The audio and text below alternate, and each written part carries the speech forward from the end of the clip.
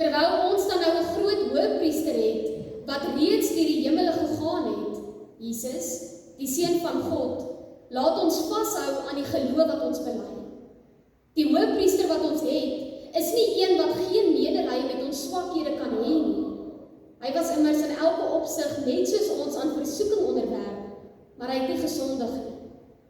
Kom ons gaan dan nou met vrymoedigheid na die genadetroon, sodat ons barmhartigheid en genade ontvang, en so op die regte tyd gered kan word. Ons lees net so ver.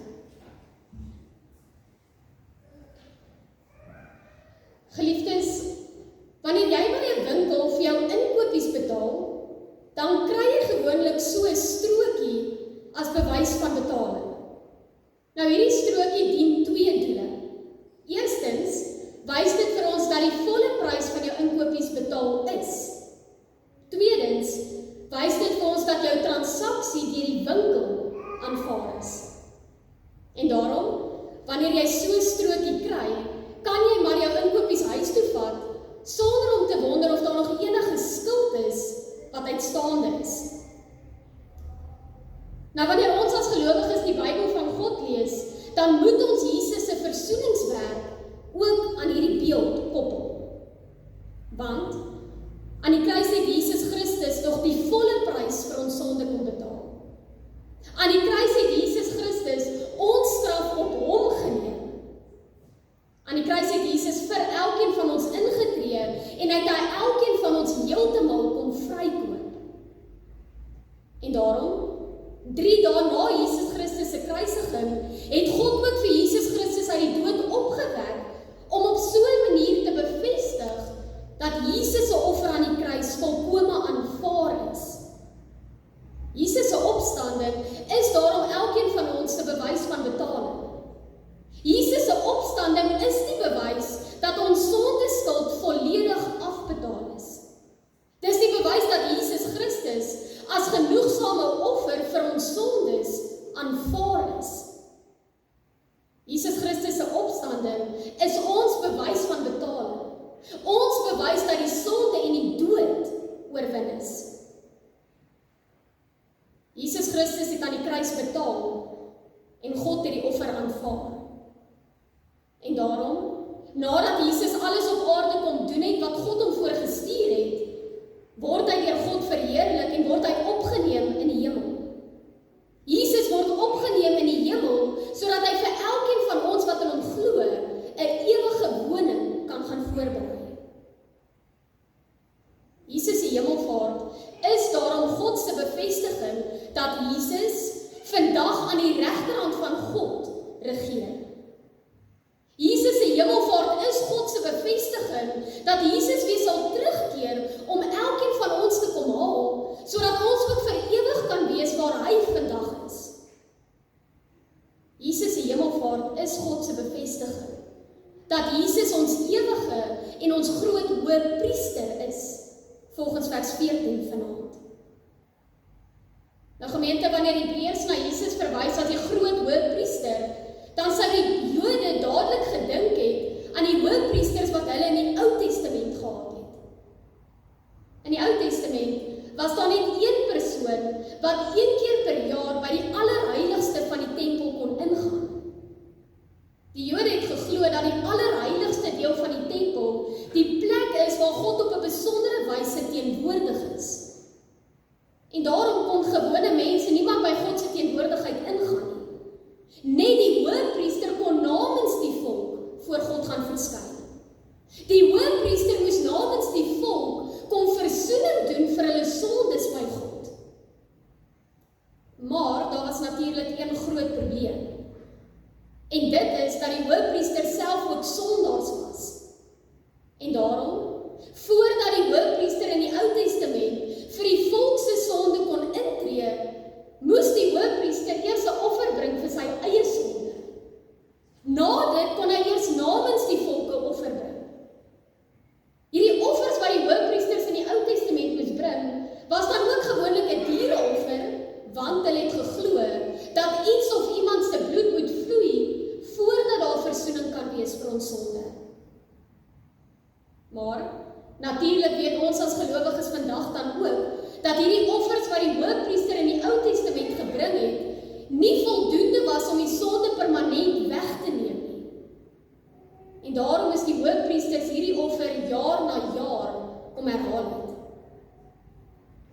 Gemeente, teenoor die hoëpriesterskap van die mense in die Ou Testament, teenoor hulle hoëpriesterskap wat tydelik, simbolies, aards en onvoldoende was, lees ons vanaand van Jesus se hoëpriesterskap.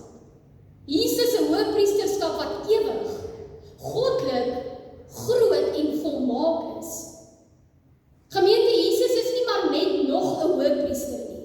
Hy is die enigste groot en ewige hoëpriester. Hy is die enigste hoëpriester wat waarlik sonder sonde is, vers 15. Hy is die enigste een wat ons sondeskuld kon betaal het, nie deur die bloed van 'n dier nie, maar deur sy eie lewe op te offer. Jesus bring nie maar net 'n offer nie, hy is die offer. Aan die kruis het sy bloed vir ons gevloei en het hy sy laaste asem kom uitblaas. Net so, anders as die hoëpriesters in die Ou Testament, wat net by God se teenwoordigheid in die tempel kom ingaan, sien ons dat Jesus Christus met sy hemelvaart by God se ware en ewige teenwoordigheid in die hemel ingegaan het. Die kruisdood en die opstanding van Jesus Christus is daarom elkeen van ons 'n ewige bewys dat al ons sondeskuld waarlik betaal is. Daarom gemeente, hoef Jesus se offer aan die kruis nooit herhaal te word, soos wat die hoëpriesters in die Ou Testament die offers moes herhaal nie. Want die prys is volledig betaal. Die offer is volkome deur God aanvaar. Dit wat Jesus vir ons gedoen het, hierdie bewys van betaling wat Jesus aan die kruis vir ons kom gee, is daarom elkeen van ons se weg tot God. Ons het nie meer vandag hoëpriesters nodig om namens ons voor God te gaan verskyn nie. Nee, elkeen van ons wat in God glo, mag self na God toe gaan. En daarom word ek en u vanaand weer in hierdie teksgedeelte uitgenooi om in vrymoedigheid na God se genade troon toe te gaan. Geliefdes, wanneer ons vanaand hier by mekaar is om oor Jesus se hemelvaart na te dink, dan moet ons onthou, daar's nie een enkele belofte wat God vir ons kom maak het, wat hy nooit gehou het nie. Nee, God het vir ons beloof dat daar vir ons 'n verlosser gebore sou word. En net so is Jesus Christus gebore. God het beloof dat die Messias sou kom om die evangelie te kom verkondig en om die volk te leer. En net so het Jesus Christus gekom. Hy het vir ons die wil van God kom vertel. God het ook beloof dat Jesus vir ons sonde sou ly en sou sterf. En aan die kruis is dit presies wat gebeur. Want Jesus kom lê sy lewe vir elkeen van ons af. God het verder beloof dat die dood nie ons verlosser sal kan hou nie. En daarom, op die 3de dag het ons verlosser uit die dood uit opgestaan. Net so geliefdes het God beloof dat Jesus Christus sal opvaar na die hemel toe en dat hy van daar sal regeer aan die regterhand van God. En met die hemelvaart wat ons vanaand vier, is dit presies wat gebeur. Want Jesus het opgevaar, hy sit vandag nog aan die regterhand van God en hy sal van daar terugkeer om elke liewe een van ons te kom haal. Gemeente, al hierdie beloftes wat God gemaak het hy gehou en het hy kom vervul. Wanneer ons as gelowiges daarom vanaand by mekaar is, dan is dit ons troos. Ons kyk terug op Jesus se kruisiging, op sy opstanding, op sy hemelvaart, en dit maak, vers 14, dat ons kan vashou aan die geloof wat ons bely. Maar jy moet dit mooi hoor, ons hou nie vas aan die geloof wat ons bely, omdat ons geloof so sterk is nie. Ons hou nie vas aan die geloof wat ons bely, omdat ons reeds alles weet nie. Nee, ons hou vas aan die geloof wat ons bely, omdat ons groot hoëpriester reeds deur die hemele gegaan het. Vers 14. Ons hou vas aan die geloof wat ons bely, omdat Jesus Christus reeds ten volle die prys vir elkeen van ons aan die kruis betaal het.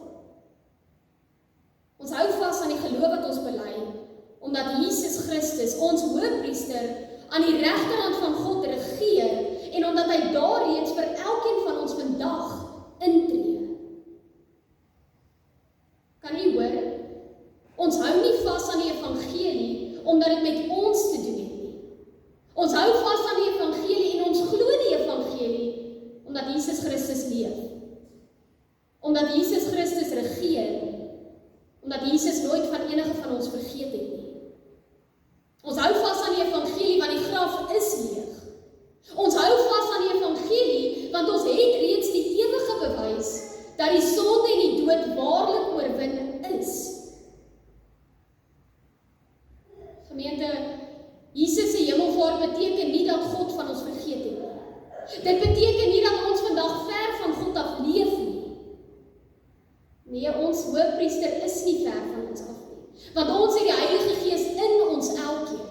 Die Heilige Gees wat die evangelie elke dag aan ons kom bevestig. Die Heilige Gees wat ons lei om ook vanaand te kan bely dat hy waarlik opgevaar het na die hemel. En daarom, in plaas daarvan dat ons vandag in vrees leef, leef ons met die afwagting dat Jesus Christus sal terugkeer. Ons leef met die afwagting dat hy nog ons Here is, en daarom word ons vanaand ook uitgenooi om na die genadetroon van God toe te gaan. Vers 16. As ons dan vir 'n oomblik eerlik is, dan moet ons wel vanaand vir mekaar sê, dat vanweë ons eie sonde, vanweë ons eie foute en ons tekortkominge, behoort God se troon eintlik 'n troon van oordeel te wees. Uit onsself verdien ons tog nie om voor die heilige God te staan nie. En juist daarom is daar in die Ou Testament 'n Hoëpriester gewees om namens die volk voor God in te tree. Maar geliefdes, Jesus Christus, ons Hoëpriester, kom verander dit alles met sy kruisiging, met sy opstanding en met sy hemelvaart. Want omdat Jesus Christus elkeen van ons reeds vrygekoop het, word die troon van oordeel vir elkeen van ons die troon van genade. Hebreërs 4 vers 16. Daarom hoef geen een van ons langer vir God te probeer wegkruip nie. Ons hoef nie te dink ek is so sondig, God sal my nooit kan vergewe nie. Geliefdes, ons het die bewys van betaling. Die bewys dat Jesus waarlik ons sondeskuld reeds afbetaal het. Op grond van dit wat Jesus Christus vir ons gedoen het, word ons daarom vanaand uitgenooi, nie om na die troon van oordeel te gaan nie, maar om in vrymoedigheid na die troon van genade te gaan. Vers 16. Hoor mooi, daar word nie vir ons gesê ons moet weg van God afgaan nie, daar word vir ons gesê ons moet na God toe gaan. Ons moet met vrymoedigheid na God toe gaan, want daar sit nie 'n vreemde regter op die genadetroon wat ons wil straf nie. Dis God ons Vader wat op die genadetroon sit. God ons Vader wat Jesus se offer aan die kruis reeds aanvaar het. God ons Vader met wie elkeen van ons reeds versoen is. Dit is God ons Vader wat op die genadetroon sit. God wat elkeen van ons by die naam geroep het. As kinders van God gaan ons daarom na die genadetroon toe, nie om gestraf te word nie, maar eerder, Hebreërs 4 vers 16, sodat ons God se barmhartigheid en sy genade sal ontvang. Ons gaan na God se genadetroon toe, vers 16, sodat elkeen van ons op die regte tyd gered sal word. Geliefdes, ons gaan met vrymoedigheid na die genadetroon van God toe, want langs aan die genadetroon van God ons Vader staan ons Hoëpriester Jesus Christus, die een wat in jou plek gekruisig is. Langs die genadetroon van God ons Vader staan die een wat reeds die sondeskuld afbetaal het. Jesus Christus, dieselfde Jesus wat opgevaar het na die hemele en wat op pad is om ons te kom haal, staan langs die genadetroon van God ons Vader. En daarom kan ons gaan met vrymoedigheid, want ons weet wat God beloof het en ons weet dat hy vir elkeen van ons vervul het. Ons weet wat hy vervul het en juist daarom is ons as geloofsgemeenskap op 'n donderdag aand by mekaar. Gemeente, wanneer jy 'n bewys van betaling in jou hand het, hoef jy nie te wonder of daar nog enige skuld is wat afbetaal moet word nie. Want dan is die prys reeds betaal. Dan is die transaksie goedgekeur en afgehandel. As gelowiges het elkeen van ons die ewige bewys van betaling. Die ewige bewys dat ons sondeskuld reeds opgelos is.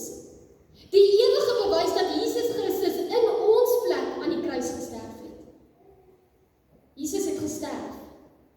Hy het opgestaan uit die dood. Hy het opgevaar na die hemel en hy is op pad terug vir elkeen van ons. Daarom gemeente, kom ons stap vanaand hier uit en dan hou ons vas aan die geloof wat ons bely. Kom ons stap vanaand hier uit en dan gaan ons met vrymoedigheid na die genadetroon van God. Want ons hoëpriester leef waarlik. Ons verlosser regeer waarlik aan die regterhand van God. En ons koning is op pad terug, want net soos wat hy van ons af weg is, sal hy ook weer terugkeer. Amen.